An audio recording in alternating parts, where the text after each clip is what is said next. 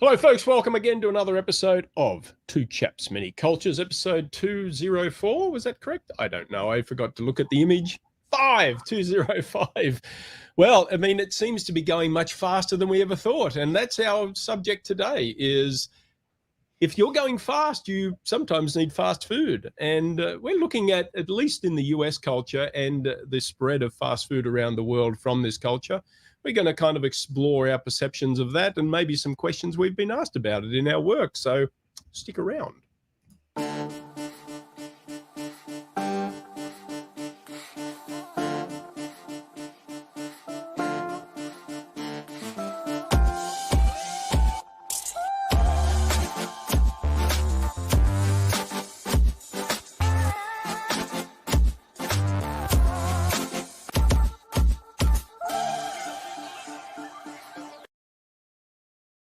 Welcome back to the show of the business of culture and the culture of business, where there is barely enough culture to go around, and no, never. There's never enough culture to go around. How are you today, pal? I am splendid. I'm hungry. I'm ready for a quick bite. It's lunchtime where I am, and confession, didn't even have breakfast yet. So there we go. Hungry. I bet you did have coffee though. Yes, and I've seen you make coffee, and it's not fast. What? I drink espresso. By definition, that is fast. Well, no art is ever done fast. That's what I'm saying. So art, the way you make coffee is an art form, and it's never done fast. So that's, I guess, what we're talking about today. I'm just saying. One might argue that fast food is not exactly art. It's something that's thrown together to be efficient. Maybe it is, maybe it is not. So this is the question we're raising here.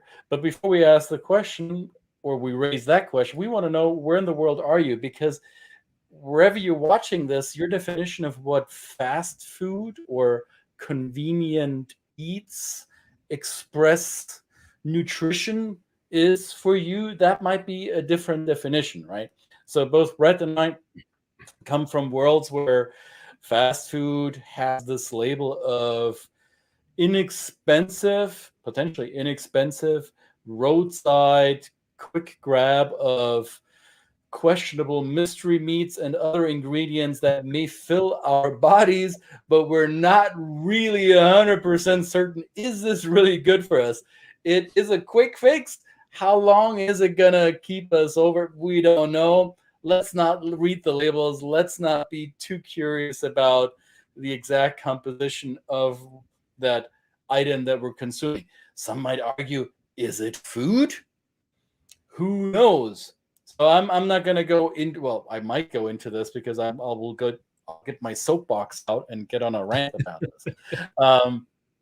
But you and I come from cultures where fast food comes with that almost intuitive connotation of, yeah, that's a sandwich type of thing, or something made from carbohydrates, usually some bread type of thing that holds something that is meats, cheese, veggies, it holds something together, and then it becomes something that we can quickly eat, right? And it usually comes with certain labels and brands, and I don't know, what does fast food mean to you? Well, I think fast food, in terms of at least I get asked this question a lot, is that why does a culture like the US love fast food? And we might kind of also apply the label of what we think of fast food as today. It was could have been born out of the efficiency that was expected in the rapid expansion and economic development of this country. But when you this country, you mean the US, right? In the US, yeah. So that's why that's when I think about fast food. But I'm thinking about fast food is not a new concept, because you go to the more aged cultures in the world, like China, there's nothing better than to stand on the side of the road and get one of those wonderful pork dumplings that they have on the side of the road. But is that servicing the same need? Because that has obviously been around for thousands of years, that format of food. Even a couple of years ago visiting Pompeii. Pompeii has fast food outlets. I mean, and back then it was soups and things like that where people called in to get a quick bite to eat. You mean back then, 2,000 years ago? Yes, because yeah, when I was in Pompeii in present day, the fast food booths, the roadside food vendors around Pompeii, also questionable origins. That's right. Yeah.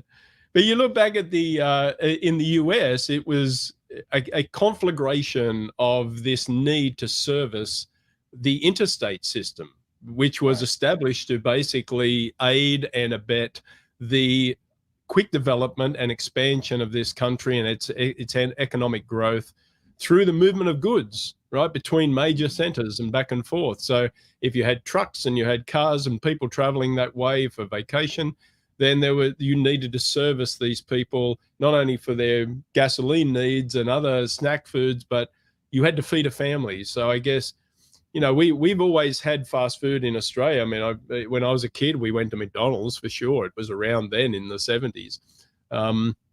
So I guess that fast food, that's really what I call fast food. And also other people that come to this country might say, well, it seems unusual for them. They might come from countries where fast food or convenience food is actually much more expensive. So they tend to cook at home a lot more. And that's what I grew up with. I grew up with home cooking, and Same here. And at the moment right now we're, and excuse the noise if it happens, we're actually going through a renovation of a kitchen, and it's going to be a very nice kitchen, but it's a kitchen that we intend to use. But I have visited a lot of US homes where they have beautiful kitchens that they never use. Expensive kitchens too. And expensive kitchens, nice, shiny, big, big appliances, and but not used to the same degree that I'm used to using a kitchen, because I love to cook, and so does my wife. She's a wonderful cook. So that's what I kind of think of fast food is an alternative when you don't have the benefit of a good kitchen where you can cook. But some people just say, well, that's my first go-to, right? But if we're going to keep that definition of fast food as in we're on the go or we're outside of our homes, we feel some hankering come upon us, so we want to have something to take away and maybe to eat either on the spot or as we keep on moving, whether it's in the car, on a bicycle maybe, or in the back of a cab, or walking. So I think fast foods in many parts of the world have been around for thousands of years because not everybody was eating in their homes. Often cooking and meal preparation was done in more communal spaces where villages came together. I mean, my wife grew up in a village in Germany where they had a baking oven for baking bread that the whole village used, because you wouldn't do that at home. So you made your dough, your bread, you would prepare the materials and then take it to the communal bakehouse, so to say. So all of this has been around since humankind. But when did it become this convenience of, here, drive the car to a window, place your order in a microphone, give them your money, and get something in a bag steaming hot, and you keep driving? So I think the US has been, or North American culture, which was the first, I would argue, the first culture which succeeded in crossing big distances with some level of expediency, right? With cars, with planes, with trains, with automobiles, and the interstate road system facilitated that even more in the 1950s. And let's face it, which countries had this level of automobile penetration that the US had in the years in the 1940s and 50s, right? Those were the golden years probably of American automotive manufacturing, the big cars with the big fins, and everybody was doing everything in a car because it was possible. And from a cultural framework position, cultural comparison position, those of you familiar with the Höferle framework, you might remember there's a dimension called indulgence, right? So US culture ranks fairly high on indulgence. So let's see, what can we do without working too hard? How can we get it in the most convenient way? How can we reward ourselves for something that we think we earned or deserved, right? So a roadside treat, a roadside food becomes kind of a treat. It becomes like a prize. Oh, going to Mickey D's or going to the other chains. Well, and I'm going to bring up all the chains so none of you feel left out or think we're getting a kickback here. No, we don't. So that became part of a lifestyle, right? Whereas in other cultures, that may have been seen as something frivolous. You go to certain countries where these American or North American style fast food chains are quite more pricey and are something that's out of the ordinary. So I came across a chart week or so ago about which fast food company, which fast food chain is most popular. I'm like, popular? How do you define that? And they say, well, just look at the number of stores or outlets. I'm not calling them restaurants, I'm calling them outlets. What can you find most, right? And here we go. There's a company by the name of Subway. They make sandwiches. Since there's 41,000 and change around the world, I suspect most of our viewers know what that is. And look at all the pink colored bars on this chart. All of these are US-based brands and companies. The blue bar here is from the Philippines, Jollibee. Our Filipino friends will probably get a salivating mouth now just me mentioning Jollibee. But that is also a fast food concept that is built around American ideals of what fast food is, mainly burgers and fries and sandwiches, right? You see here Subway sandwiches, McDonald's, that's burgers, Starbucks, arguably a coffee brand that sells more than coffee. Some would say it's not necessarily the coffee that's so great about Starbucks. There's other things.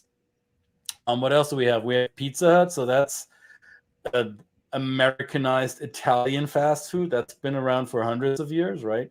But it took an American company to systematize it and franchise it out to become this level of success globally. Same with Domino's, also a pizza brand. And you see here Hunt Brothers Pizza. So quite a few pizza themed fast food outlets. Taco Bell, or some call it Taco Hell, a Mexican, Central American themed fast food.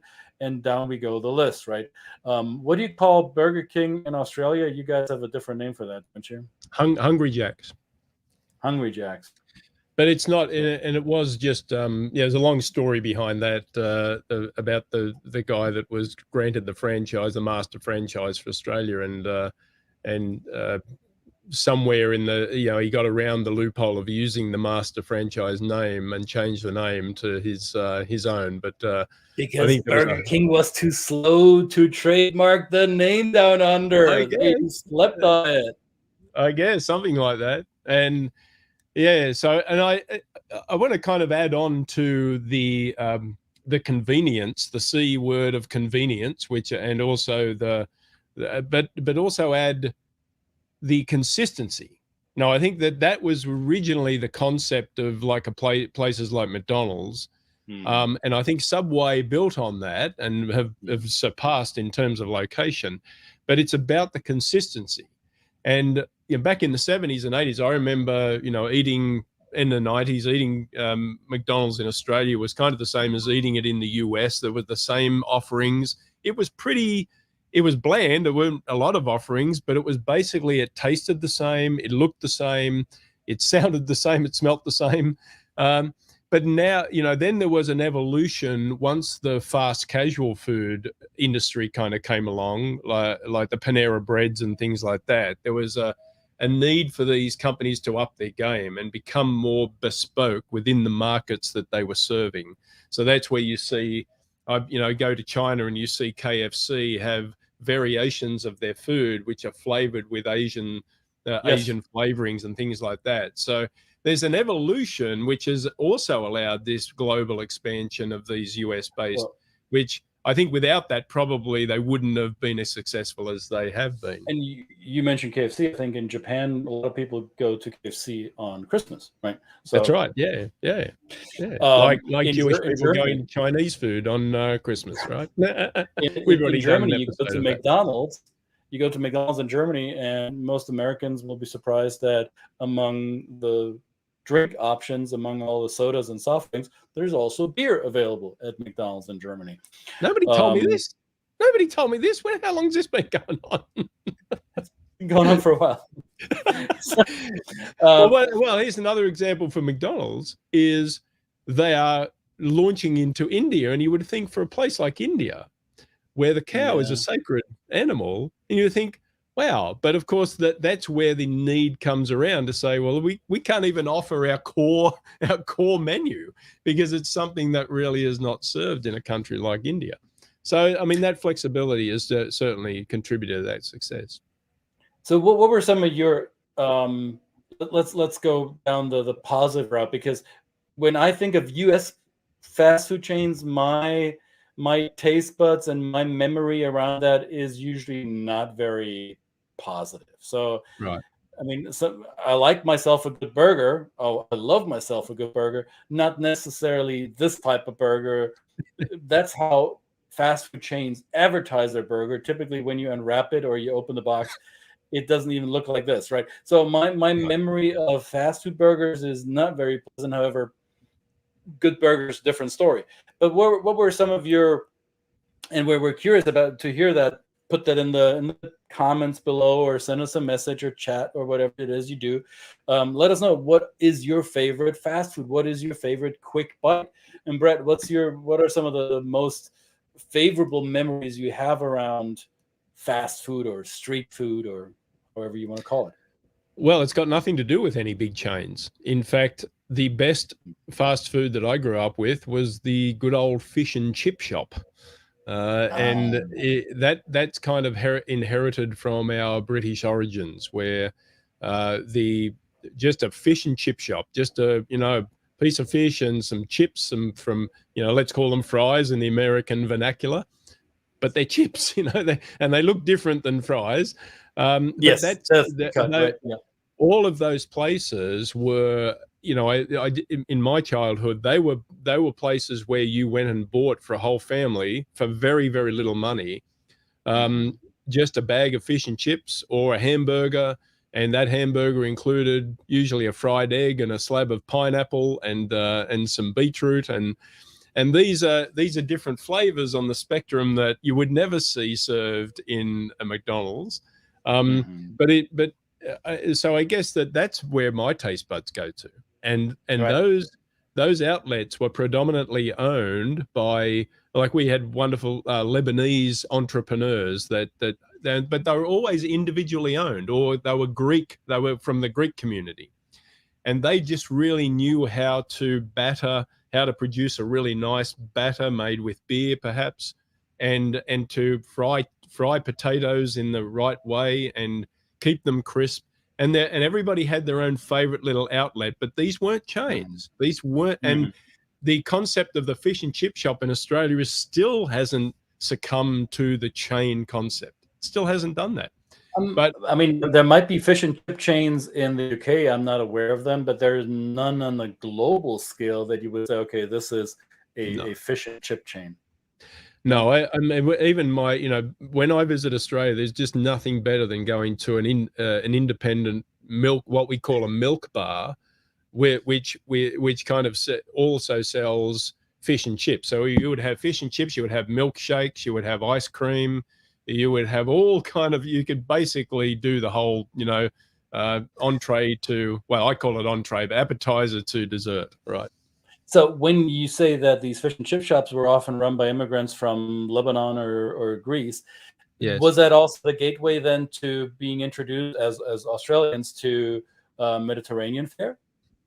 Oh, absolutely, yes. I mean, some of the best Mediterranean, Middle Eastern food that I've ever tasted has come from those wonderful communities of immigrants that we grew up with and we had in our communities, and they contributed so much to our society, though it was just ubiquitous. And so, Right. you know, Because when I think, when I smell fish and chips, it reminds me of home. When I smell a hero, you know, sandwich, it's like, wow, this is home, right, for me. Yeah. Okay, so litmus test. What do you dunk is there anything you dunk it into? Is there some liquid or saucy condiment that goes with the fish and chips? No. No? I've never, you know, maybe some people would use tomato sauce, but I guess I really don't enjoy ketchup or anything on. It's just No plain old vinegar? fish and chips. Vinegar. This is the other thing. So vinegar, yes, vinegar on your fish and chips. So salt and vinegar. And then we also, I don't know who invented this, but we also have the concept of chicken salt in Australia.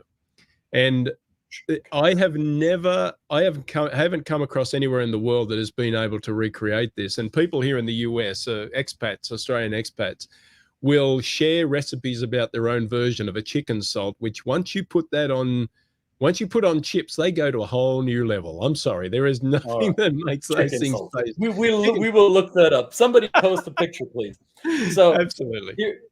So we showed you a burger, and most of you know what a burger looks like. So there's when you talk, and here's a segue into my European experience. When you talk about Mediterranean fast food, falafel would come to mind, or kebabs, or anything that can be quickly grilled on the roadside, or like a fish that can be quickly battered. But it's not necessarily super fast. It's not like you can order it and 3 minutes later it's on a styrofoam plate for you, right?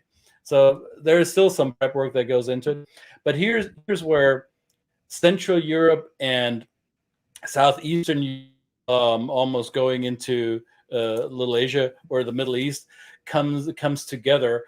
Germany has been an immigration country for the past 70 years, even though most Germans are not aware of it, or they wouldn't call Germany a country of immigration. But if we're going to be real honest, Germany has been an immigration destination for quite a while. And one of the biggest minorities or immigrant groups into Germany traditionally has been that of Turkey.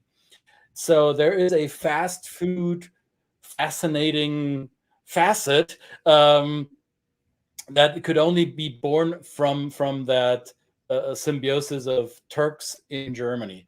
And it is the famous, or some would call it the infamous, Döner. The Döner, or I don't know, Americans probably call it a doner, but it's a Döner. It has, and here's why that's funny, because it's the same letter that's in my last name, the Ö. The Turkish language has that too. Go figure. So the döner consists of some pita bread or similar, because pita is Greek. So forgive me, my Turkish friends. I'm sure you call it something else, because we all know we should not be, thou shalt not compare Greek and Turkish food, because they are distinctly different despite all the similarities. And all my Greek friends and all my Turkish friends will hopefully still love me after this episode. So the döner comes stuffed with meats and fresh vegetables, typically lots of white garlic sauce and lots of other good fresh stuff. And it's arguably a lot more healthy or nutritious than your quick fix burger and fries. At least nothing's fried there. It's grilled on a spit roast, and it was developed by Turkish immigrants I think in Berlin, and from there it spread throughout the continent. And you cannot go into even smaller towns in Germany and not find a döner booth somewhere. And it's typically this leave the bar after last call and be slightly inebriated and really, really got a hankering for something robust. Döner is your fast food of choice. And you will, and all your family and friends will know it the next day that you had döner, because before they see you, they smell the garlic. And it is fantastic, right? So this is probably one of my more pleasant memories of fast food that made it across the globe and is kind of a cultural hybrid. And I also want to highlight something, because I'm from southern Germany, so there is meat between bread is a fast food staple no matter where you go, whether it's a hot dog or whether it's a burger or whether it's, I don't know, in Asia you might find some carbs with meat together. I mean, even sushi in Japan, the rice and seafood, right? There's a carb, there's protein. Our carb and protein in southern Germany is called Leberkäse. And I'm not going to translate this. I'm going to just let that sit there. You see a hard roll, a Kaiser roll, and you see this meat product in the middle, and you see that yellow substance, that's mustard. And the only thing they're going to ask you in Munich or in any other part of Bavaria, they're going to ask you sweet or spicy in reference to the mustard. Those are your options. And can I tell you, every time I go to Germany, and you probably can tell that it's been a while because Corona and stuff, man, this is the first thing I want, right? Sometimes I don't even leave the airport before I get me one. And yeah, those are the good memories around the fast food. And I would ask you, what is served at a sporting event in Germany? So in Australia, we have the ubiquitous meat pie, which is a small pie with gravied meat inside it, and it's meant to be eaten with one hand, so you have the other hand to hold your beer. That's kind of Australia's version of the hot dog in terms of the convenient food that's served at a sporting event. What's served at a sporting event in your experience in Europe? Could be the döner if it's a really well-equipped sporting site. It could be a simple bratwurst. It could be a hot dog, sometimes a kind of an imported thing. The fries, yes. We don't call them French fries because most Europeans are aware that the fries were invented by the Belgians, but we also don't call them Belgian fries. We call them pommes frites, which is French for pomme is the potato or the apple of the earth, and frites are, well, fried. And sometimes in Polish it's fritki. Fritki. Fritki. Well, and Germans who don't speak French well, they see the written name of the French item. It's called pommes frites, but it's some of the letters are silent in French, right? But if you speak every letter, and Germans are quite literal, it's pommes, right? So they speak it. So here the fries might come with something like this. This is probably one of the most ubiquitous German fast food items. This is called Currywurst. Currywurst. It's a bratwurst, typically a white sausage. It could be a red one. Some places will give you options. It's grilled and it's sliced, and it's got that, well, imitable curry ketchup tomato sauce on top of it. Nice. Quite overpowering, and it doesn't agree with everybody. Let's put it that way. But it's you might regurgitate it until the next day. But hey, it is a staple. You find that throughout the country. Well, you might be happy to hear that you've repeated that the word doner. We actually call it doner kebab in Australia. Yeah, doner kebab. So we have that doner kebab. Yes. And that to us is, we don't use the term hero sandwich. We would call what we would use here, what we would say here is a hero sandwich. That's what we would call a doner kebab. And again, to your point, you stumble out of the bar at about 2 a.m, and if you can find a place that makes a good doner kebab, it's worth its weight in gold. And I've been wondering what you're talking about when you say hero. You mean, and I don't speak Greek, so I don't know how it's pronounced, but you mean that thing that's spelled Gyros, right? Yeah. So I don't know if it's gyros, if it's euro, or it's hero. Yeah, here I'm just pronouncing it here. So, but gyros, whatever. Yeah. Where's Vali when we need her? Vali could explain that. I know. Maybe she just texted me. But I would say the other thing I would finally say is just it made me think about Poland, because is all fast food meant to be not a variation, but a separate thing from what you would cook at home, like a McDonald's? Nobody's going to cook up a bunch of French fries and make a McDonald's hamburger at home. You go out and do that. People make their own pizza, yes, but pizza's a convenience food, especially in the US anyway. But in Poland, they have this concept of the milk bar, which I have in Australia. But the concept of a milk bar in Poland is they serve kind of the same food that you would make at home.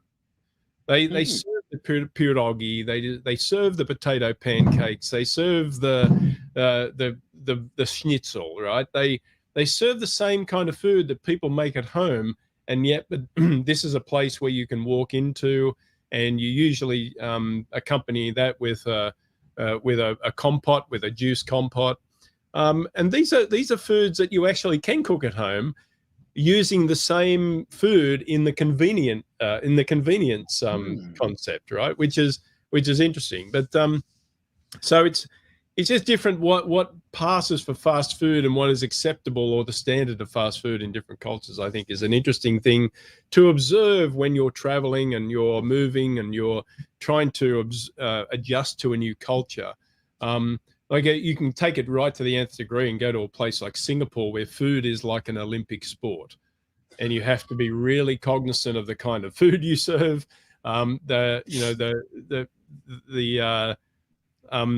fast food centers there are famous for their really good food at very, very cheap prices, and these are the hawker centers of Singapore, and it really surprises people just how good this food is. And it's nothing. It's like $3 Singapore dollars. It's nothing.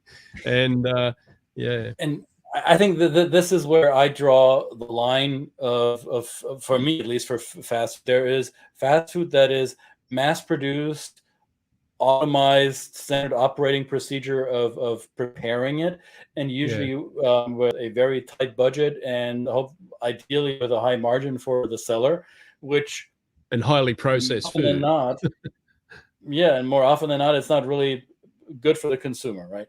Right. And fast food that has this culinary self-respect, this expectation of being of culinary service to the customer. So there's two different types of fast food, to me at least. So when my daughter, my oldest daughter, and her boyfriend came home the other day, and he grinned at me and said, "Hey, I took your daughter to McDonald's the other day, and she told me this was her first time." And he was flabbergasted. And I told him, "Yeah, is this our kids? We never went to, we still don't go to McDonald's. So Mickey go sue me or send me coupons as much as you want. I don't care. Not my cup of tea," right? For him, a boy who grew up in Florida, for him, this was part of everyday, of the everyday food mix, right? So what we find normal or acceptable in terms of food, what we find ourselves drawn to or not interested in, is often influenced by our culture, how we view food, or what food and eating means to us. Is it merely serving our nutritious needs and having something in our stomach, or do we view food as an expression of our identity and want to give it a little bit more meaning than simply refilling the tank, right? So let us know in the comments. Send us emails. What's your favorite fast food? What's the most horrible fast food experience you've ever had? We're curious. We want to know. Inquisitive minds would like to know. And tell us. Curious minds. Always curious. Always interested to learn. It's perfect. All right. This is our fast food experience. This was fast. Our episode needs to happen fast, and we grab another cup of, in this case, water. You guys have a wonderful... Almost bite size. Almost. We got a big bottle of water. Oh, come on, branding. Sorry, branding. Send us. Send the check, please. All right. Two Chaps, Mini Cultures, episode 205. We're out for now. See you again soon. Bye, guys.